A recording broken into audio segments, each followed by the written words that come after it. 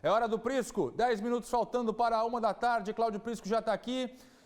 Eu vou conversar com o Prisco agora, mas antes quero mostrar para você e pessoal de casa um trechinho do que foi o depoimento do secretário de Administração do Estado, Jorge Eduardo Tasca, na CPI dos respiradores que investiga a compra milionária do governo do Estado, ainda na história dos respiradores. O secretário de Administração foi ouvido na CPI e foi um depoimento com muito bate-boca. Dá uma olhada no trechinho. O senhor disse que não teve conhecimento do resultado da comissão processante? Não. A sindicância? Não. Ninguém conversou com o senhor? Não. O senhor leu na imprensa?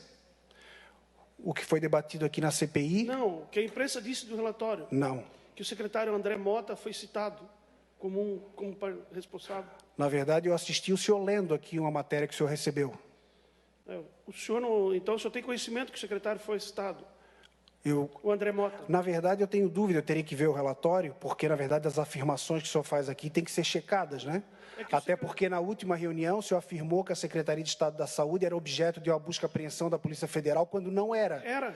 Não era. Só era da saúde. Não era. Mas, secretário, não era. Secretário Tasca. O senhor fez uma afirmação de 2 minutos aqui, denegrindo a imagem do governo do Estado de Santa Catarina, fazendo afirmação que não era verdadeira. Outra coisa. Então, tudo que o senhor falar aqui tem que ser checado. Ah, sim. Porque o senhor dissemina fake news aqui também. Sim.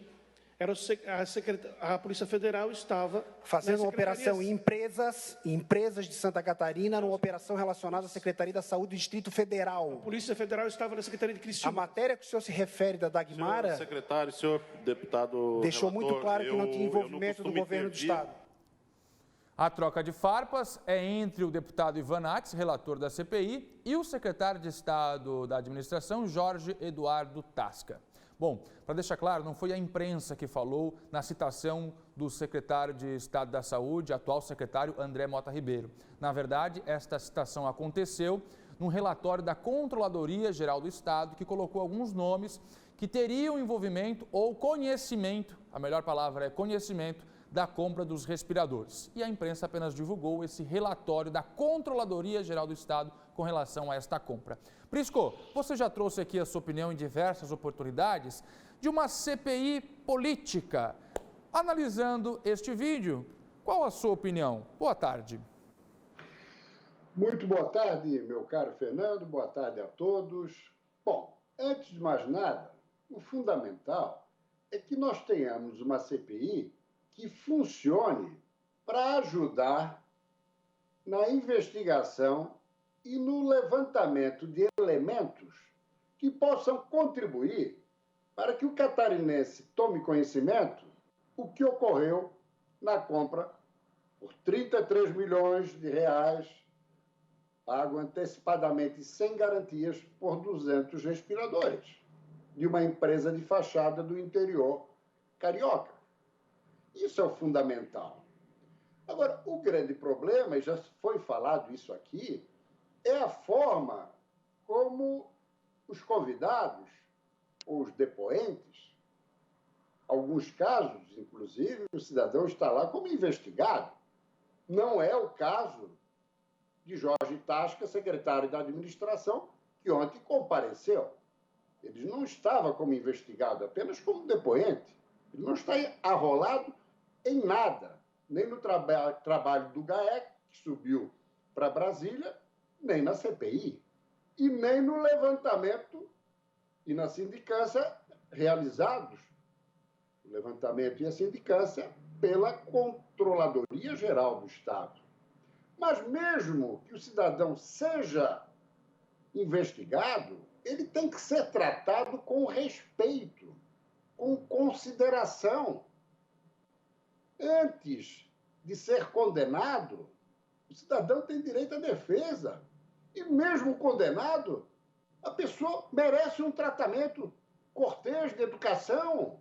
Evidentemente, o que se presenciou ontem é algo inominável. Primeiro, a CPI é composta integralmente por membros da oposição.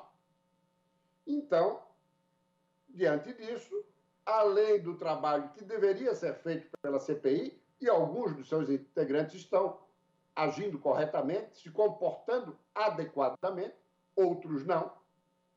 Mas, de qualquer forma, naquilo que está contribuindo, ótimo, aplausos, que bom.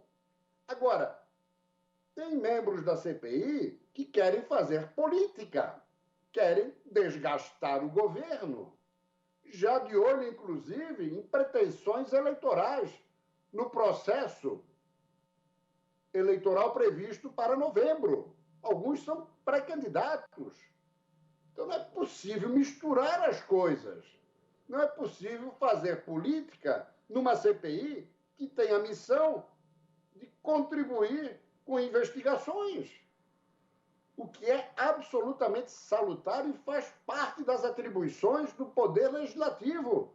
Investigar, fiscalizar, claro, mas dentro de uma norma de convivência que seja salutar e um trabalho que não seja desvirtuado por política partidária ou política eleitoral.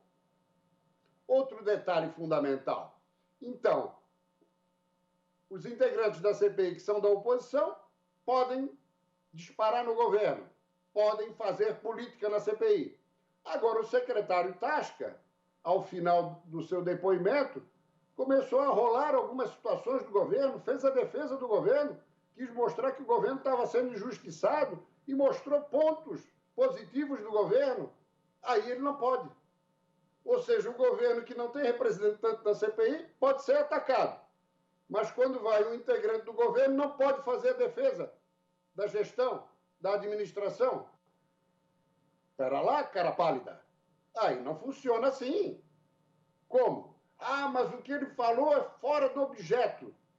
Mas várias coisas que são colocadas pelos parlamentares que integram a CPI também estão fora do objeto da Comissão Parlamentar de Inquérito. É mão dupla. Não é possível funcionar só por um lado e não por outro. Então vamos devagar. A CPI tem que começar a funilar para oferecer um relatório.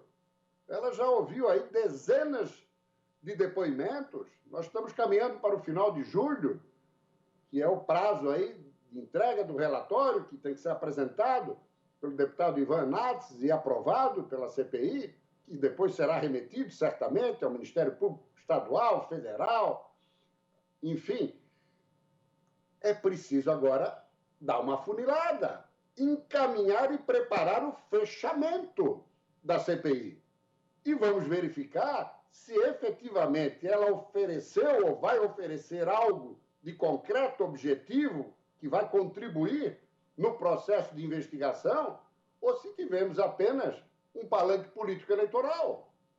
Se foi só um palanque político-eleitoral, isso vai deixar muito mal, não só a CPI, como o Legislativo de uma maneira geral. Porque não terá cumprido com a sua missão, com o seu papel regimental, legal e constitucional. Essa que é a grande realidade. Já cometeu um equívoco ao querer convocar o governador. E a Procuradoria da Assembleia deixou claro, não tem convocação, pode ser convidado. Hoje vão encaminhar as perguntas ao governador, que vai responder por escrito. Perfeito? É por aí.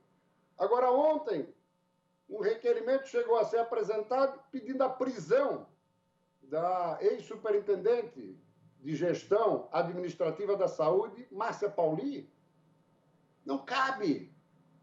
Primeiro que esse pedido foi apresentado um pouco antes de começar a sessão, surpreendeu muitos dos membros, não agradou a eles, que inclusive o documento que foi entregue não foi possível ser lido pelos membros da CPI, e solicitando algo que não cabe à CPI, pedir a prisão de uma funcionária, ou seja, um equívoco. Então, é fundamental ter bom senso, ter equilíbrio e ter responsabilidade. E ninguém merece ser destratado. Não sirvo para advogado de Eduardo Tasca, Jorge Eduardo Tasca. Mas a forma como ele foi tratado ontem na CPI é algo que merece toda a reprovação. e a CPI só está se afundando com esse tipo de comportamento e com esse tipo de conduta, meu caro Fernando. Muito bom, Prisco. Parabéns pelo comentário.